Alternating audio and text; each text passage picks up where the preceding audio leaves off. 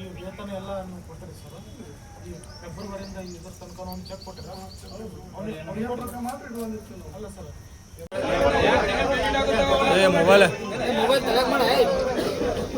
Mobile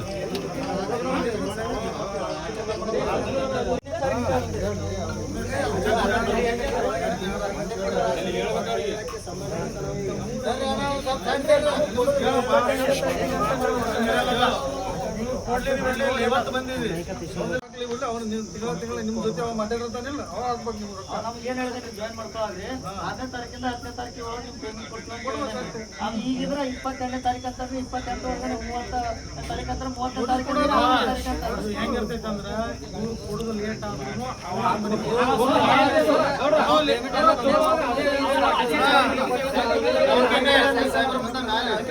ಅವ ಸರಿಯಾಗಿ ಮಾಡಲಿಲ್ಲ ಅಂದ್ರೂ ಇವ್ರಪ್ಪ ಲೇಬರ್ ಇಲ್ಲ. ನಮ್ಮದು ಗೌರ್ಮೆಂಟ್ ಆರ್ಗನೈಸೇಷನ್ ನಡ್ಕೊಂತಿರ್ತೀವಿ. ನಾವು ಅಗ್ರಿಮೆಂಟ್ ಪ್ರಕಾರ ನಡಿಲ್ಲ ಅಂದ್ರೆ ಅವ ನಮ್ಮ ಮೇಲೆ ಕೇಸ್ ಹಾಕ್ತಾನೆ. ಆ ಅಗ್ರಿಮೆಂಟ್ ಪ್ರಕಾರ ನಡಿಲ್ಲ ನಾವು ಅವನ ಮೇಲೆ ಕಾನೂನು ರಿಕ್ವೆಸ್ಟ್ ಇದೆ ಸರ್, ನೀವು ಮಾಡಿಸ್ರಿ, ಸ್ವಲ್ಪ ಹೆಲ್ಪ್ ಮಾಡಿಸ್ರಿ ಸರ್. ಹೊಟ್ಟೆ ನಾನೇನು ಹೇಳಿದೆ, ಕಾನೂನು ಪ್ರಕಾರ ಏನದಾವ ಎಲ್ಲ ಆಗ್ತಾವ.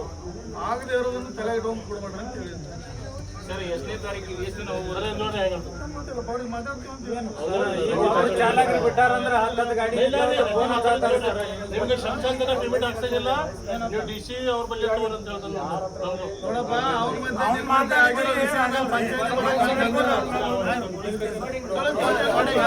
ಏನ್ ಮಾಡಪ್ಪ ಅಂತ ಹೌದಿಲ್ಲ.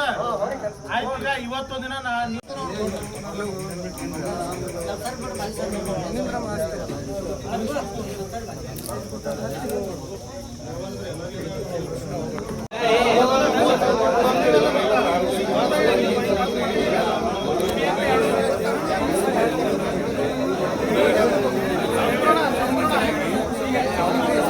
ಇಲ್ಲಿ ಚಾಲಕರಿಗೆ ಏನಪ್ಪಾ ಅಂದ್ರ 280 ರೂಪಾಯಿ ಸರ್ಕಾರದಿಂದ ಓವರ್ ಟೈಮ್ಗೆ ಪಾವತಿ ಮಾಡುತ್ತಾ ಇವ್ರು ಏನ್ ಮಾಡ್ತಾರ 125 ರೂಪಾಯಿ ಕೊಡ್ತಿದ್ದಾರೆ.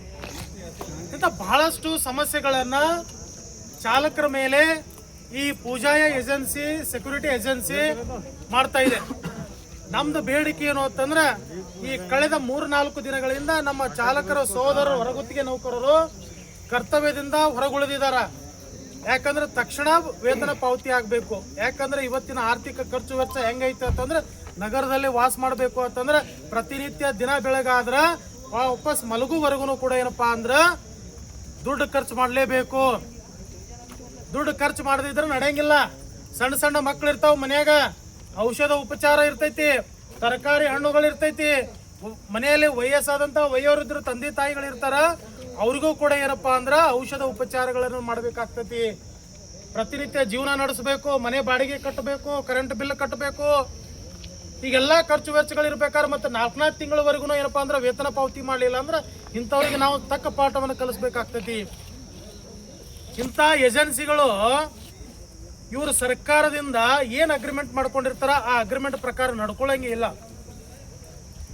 ಸರ್ಕಾರ ಅವರಿಗೆ ವೇತನ ಬಿಲ್ ಮೊತ್ತವನ್ನ ಯಾವಾಗ ಕೊಡ್ತಾರೋ ಬಿಡ್ತಾರೋ ಇದು ಸಂಬಂಧ ಇಲ್ಲ. ಆದ್ರೆ ಏಜೆನ್ಸಿ ಅವ ಪ್ರತಿ ತಿಂಗಳು 10ನೇ ತಾರೀಕಿನ ಒಳಗಡೆ ಕೊಡಲೇಬೇಕು. ಅವನು ಲೇಬರ್ ಆಕ್ಟ್ ಪ್ರಕಾರ ಅವನು ಒಂದು ಕಂಡೀಷನ್ ಇರ್ತೈತಿ. ಇದು ಯಾವುದೋ ಫಾಲೋಅಪ್ ಮಾಡಂಗಿಲ್ಲ. ಮತ್ತು 3 ತಿಂಗಳ 4 ತಿಂಗಳ ಕೊಡಲ್ಲ ಅಂದ್ರೆ ಇಂಥವು ಏಜೆನ್ಸಿಗಳಿಗೆ ಬ್ಲಾಕ್ ಲಿಸ್ಟಿಗೆ ಹಾಕ್ಬೇಕು ಅನ್ನುವಂಥದ್ದು ನಮ್ಮ ಸಂಪೂರ್ಣವಾದಂತ ಆಗ್ರಹ ಐತಿ. ಅದಕ್ಕೆ ಬರುವಂತ 15ನೇ ತಾರೀಕಿನಿಂದ ಇದೇ ತಿಂಗಳು ಅನಿರ್ದಿಷ್ಟಾವಧಿ ಅಹೋರಾತ್ರಿ ಧರಣಿ ಸತ್ಯಾಗ್ರಹವನ್ನ ಎಲ್ಲ ನಮ್ಮ ಹೊರಗುತ್ತಿಗೆ ನೌಕರರು ಚಾಲಕರಾದಂಥವರು ಹಮ್ಮಿಕೊಳ್ಳಲಿದ್ದಾರ. ಅದರ ಒಳಗಾಗಿ ಈ ಏನು ಸಮಸ್ಯೆಗಳದಾವ ಎಲ್ಲವನ್ನ ಬಗೆಹರಿಸಬೇಕು. ಒಂದು PFದು, ಎರಡನೇದು ಬಾಕಿ ಉಳಿಸ್ಕೊಂಡಂತ ವೇತನ, ಮತ್ತು ಈ OTಯಲ್ಲಿ ಏನು ಒಂದು ಅವ್ಯವಹಾರ ಮಾಡಿದಾರಲ್ಲ ಅದನ್ನು ಕೂಡ ಸರಿಪಡಿಸಬೇಕು ಅನ್ನುವಂತ ನಮ್ಮ ಬೇಡಿಕೆ ಐತಿ. ಇವತ್ತು ವಿಭಾಗೀಯ ಅಧಿಕಾರಿಗಳಿಗೆ ನಾವು ಗಮನಕ್ಕೆ ತಂದಿದ್ದೀವಿ. ಅವರು ಕೂಡ ತಕ್ಷಣ ಇದನ್ನ ನಾವು ಸ್ಪಂದನೆ ಮಾಡಿ ನಾವು ಸಾಲ್ವ್ ಮಾಡ್ತೀವಿ ಅಂತ ಹೇಳಿದ್ದಾರೆ. ಅವ್ರ ಮೇಲೆ ಸೂಕ್ತ ಕಾನೂನು ಕ್ರಮ ಕೈಗೊಳ್ಳಿ ಅಂತೇಳಿ ಕೂಡ ನಾವು ಹೇಳಿದ್ದೀವಿ. ಆದ್ರೆ ಬರುವಂತ ದಿನಗಳಲ್ಲಿ ಇದು ಕಠಿಣ ರೂಪಕ್ಕೆ ಹೋಗಬಾರ್ದು ಮತ್ತು ಸಾರ್ವಜನಿಕರಿಗೆ ತೊಂದರೆ ಆಗಬಾರ್ದು ಅನ್ನೋ ಕಾರಣಕ್ಕೋಸ್ಕರ ಇವತ್ತು ನಾವು ಎಲ್ಲರೂ ಸಾಂಕೇತಿಕವಾಗಿ ಮನವಿಯನ್ನು ಕೊಟ್ಟಿದ್ದೀವಿ. ಆದ್ರೆ ಅದನ್ನು ಗಂಭೀರವಾಗಿ ಪರಿಗಣನೆ ಮಾಡಿ ಈ ಸಮಸ್ಯೆಯನ್ನು ಹಿಂದೆ ಇತ್ಯರ್ಥಗೊಳಿಸಿದ್ರೆ ಅದೇ ಕ್ಷಣದಲ್ಲಿ ನಮ್ಮ ಚಾಲಕರು ಕರ್ತವ್ಯಕ್ಕೆ ಹಾಜರಾಗ್ತಾರ, ಇಲ್ಲ ಅಂದ್ರೆ ಅಲ್ಲಿವರೆಗೂ ಕರ್ತವ್ಯಕ್ಕೆ ಹಾಜರಾಗುವುದಿಲ್ಲ ಅನ್ನೋಂಥದ್ದು ಸ್ಪಷ್ಟ ನಿಲುವಿದೆ. ರಾಜ್ಯಾಧ್ಯಕ್ಷರು ಉತ್ತರ ಕರ್ನಾಟಕ ರೈತ ಸಂಘ, ಶಂಕರಗೌಡ ಹಿರೇಗೌಡ.